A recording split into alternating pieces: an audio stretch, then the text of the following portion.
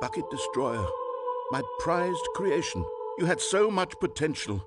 We were going to do such marvelous things with you, tell such spellbinding stories about you. All of it squandered now. Goodbye, new friend.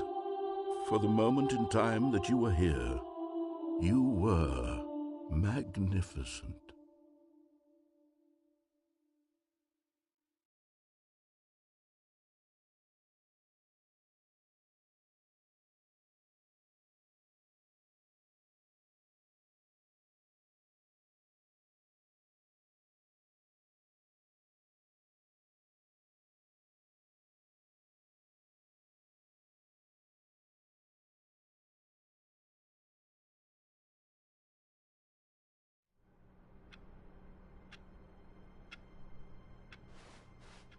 All of his co-workers were gone. What could it mean? I decided to go to the meeting room. Perhaps he had simply missed a memo. The confusion and the chaos all seemed to melt away as Stanley embraced the bucket.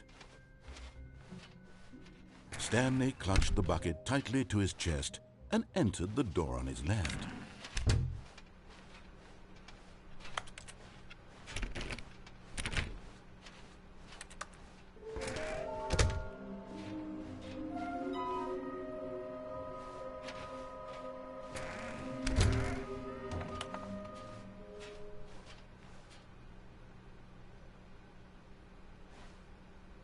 Coming to a staircase, Stanley and the bucket walked upstairs to the boss's office.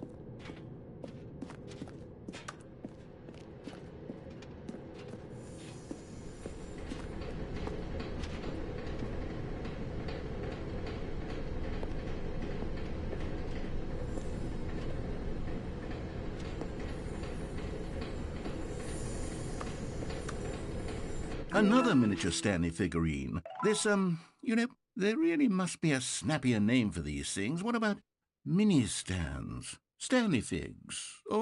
What about Stanlerines? Yes, I think I like that. Another Stanlerine under your belt.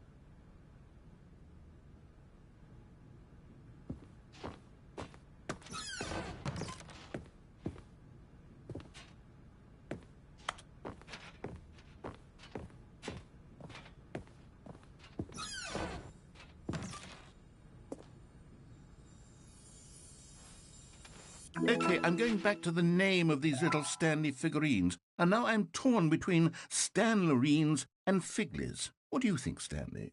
What name better encapsulates the intrinsic sense of happiness that you get from seeing a small number in the corner of your screen go up by 1? Let me sit on it. I'm sure it will come to me.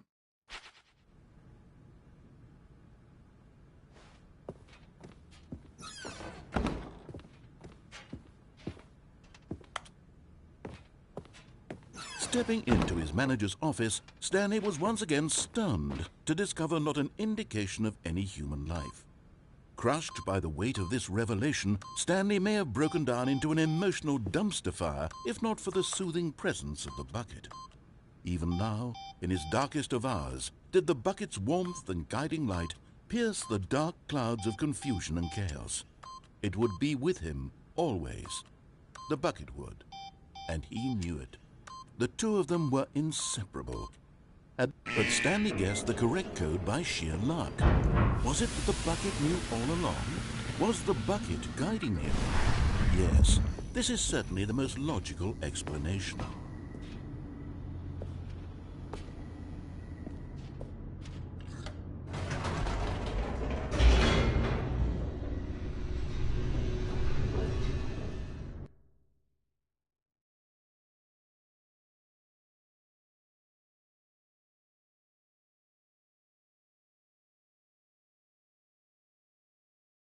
The elevator raced downward, plummeting towards an unknown fate.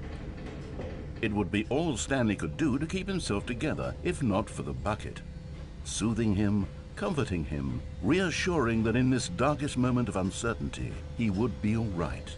The bucket is here for you, Stanley. Everything will be fine.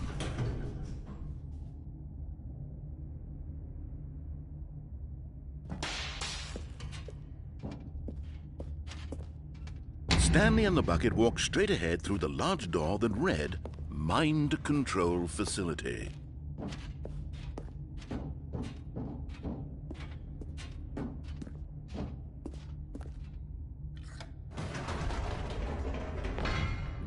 Wait, Stanley said to the bucket. Can we go back up? When I was pressing those keypad buttons, there was something very intriguing about the number 3. I want to go back so I can try pressing the number 3 again. The bucket said nothing.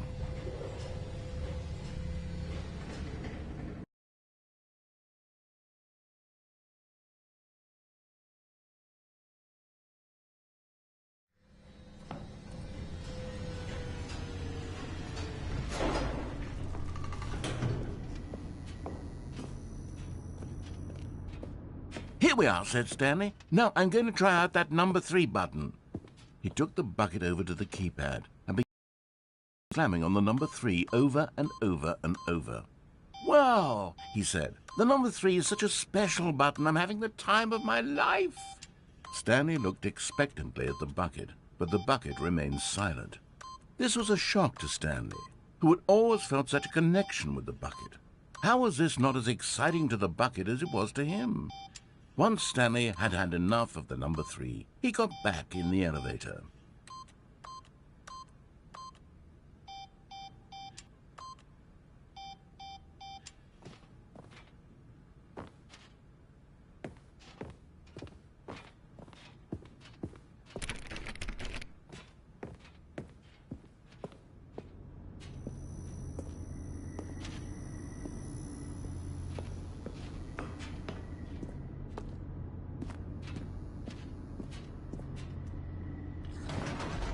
Perhaps the bucket had missed something.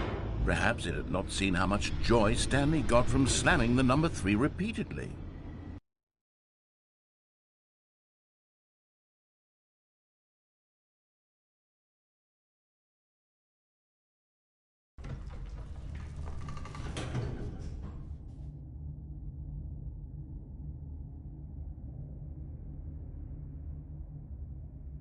A hint of regret nagged in the back of Stanley's mind.